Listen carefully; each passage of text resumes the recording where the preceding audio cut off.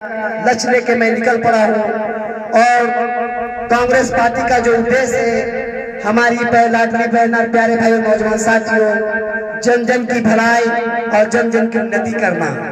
Congress party ने आप सभी को स्वस्थ रहने के लिए, मजबूत रखने के लिए हॉस्पिटल बनाया, स्वास्थ्य केंद्र बनाई।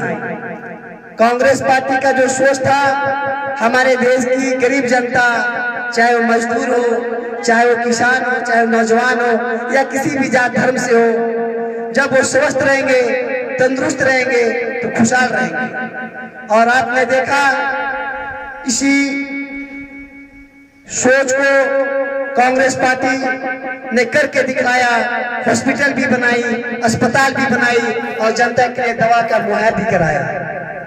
आज आप देखते होंगे बहुत सारे गांव में, कुछ दूरी में, पंचायत में, प्रखंडों में स्वास्थ्य केंद्र है, तो हॉस्पिटल, स्वास्थ्य केंद्र कांग्रेस पार्टी की देन है।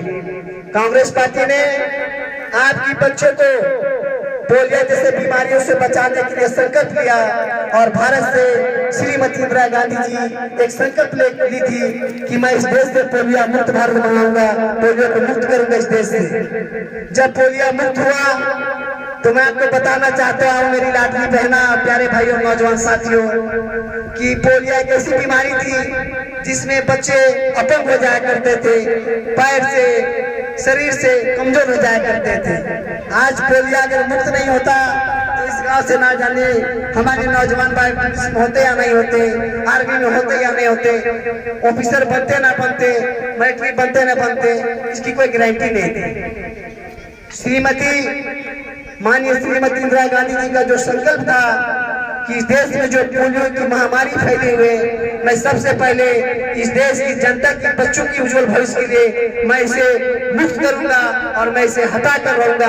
ये संकल्प था सिर्फ आपके बच्चों के लिए।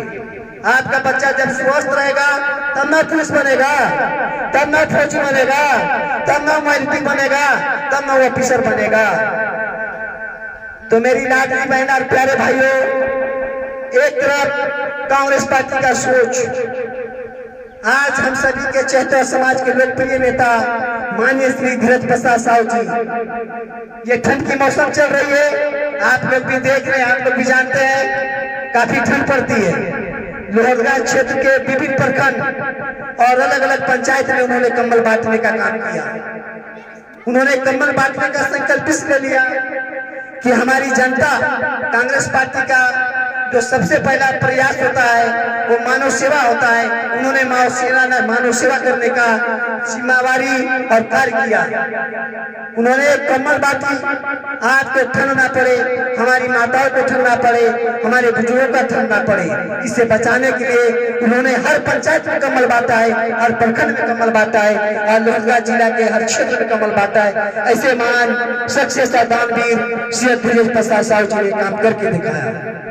एक तरफ भारतीय जनता पार्टी की सांसद सुदर्शन भगत जी 3 बार से लोकसभा में जाकर दिल्ली में बैठे हैं। आपसे मैं पूछना चाहता हूं, कभी आपके बीच में आए, कभी आपको ठंड को एहसास किए, कभी किसानों से मिले, कभी बरसात के दिनों में आपने देखा किसी गरीब का घर गिरता है, किसी गरीब का साया उजड़ जाता है, कभी वैसे व्यक्ति से मिलने का प्रयास किया?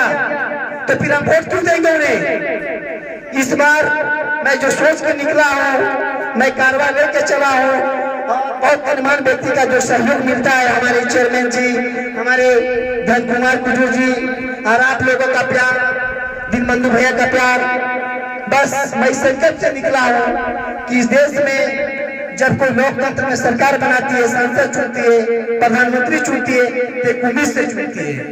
मगर बदकिस्मती हमारी है कि ऐसे लोग, ऐसा लापता सांसद चुन के तो चला गया, मगर हमारी भोली भाली जनता को, भोली भाली जनता के लिए ना तो दुख को देखा, ना तो दुख को एहसास करने का कोशिश किया। इसलिए इस बार आपको संकल्प लेना है कि लोहरदगा की लोकसभा में हमें आराम को परिवर्तन करना है और लापता सांसद को क्षेत्र से भगाना है। आज के बीच में जो काम करे, जो आपके लिए खड़ा हो, जो आपके बच्चों की भविष्य के लिए सोचे, वैसे लोगों के साथ आप हाथ मिलाए और कंधा से कंधा मिलाकर चले। और कांग्रेस पार्टी में ज्यादा से ज्यादा संख्या में हमारी माताएं, बहनें, नौजवान साथी और बुजुर्ग जुड़े।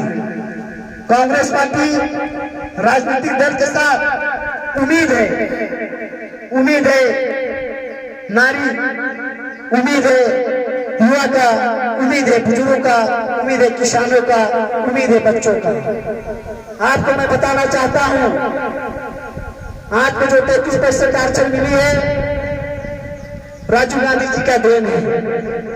हो सकता है इस गांव से हमारे किसी भाई बहन के बच्चे नवोदय विद्यालय में पढ़ते होंगे। उस नवोदय विद्यालय को बनाने का जो काम किया है श्री राजीव गांधी जी ने किया है। आखिर क्यों किया? क्योंकि राजीव गांधी जी का सोच था कि हमारे देश के जो ग्रामीण क्षेत्र की जनता है, जो आर्थिक स्थिति से कमजोर है, और चाहे आदिवासी का बच्चा हो, चाहे अल्पसंख्यक का बच्चा या किसी भी जाति का बच्चा हो, जिसके अंदर वो काबिलियत होगी, मैं उसको एक अच्छा तालीम और अच्छा शिक्षा दूंगा। अगर जीवन को कुछ चीज बर्बाद करेगी तो शिक्षा करता है, और शिक्षा का मंदिर अगर बनाने का किसी ने काम किया तो कांग्रेस पार्टी ने किया। मैं पूछता हूँ भारतीय जनता पार्टी के सांसद महोदय से कि इस क्षेत्र के गरीब आदिवासी बच्चों के लिए उन्होंने या किसी भी जाति के बच्चों के लिए मैट्रिक तैयारी के लिए किसी कोचिंग को खोला है क्या? किसी इंस्टीट्यूट को खोला है क्या? स्कूल तो बहुत दूर की बात है। अगर उनको सोच होती कि इस देश की, इस क्षेत्र के बच्चों को अगर हम भविष्य को आगे बढ़ाएंगे तो गरीब जनता के लिए, हर जाति धर्म के लिए एक कोचिंग बनाते, मगर उन्होंने ऐसा काम नहीं किया। मगर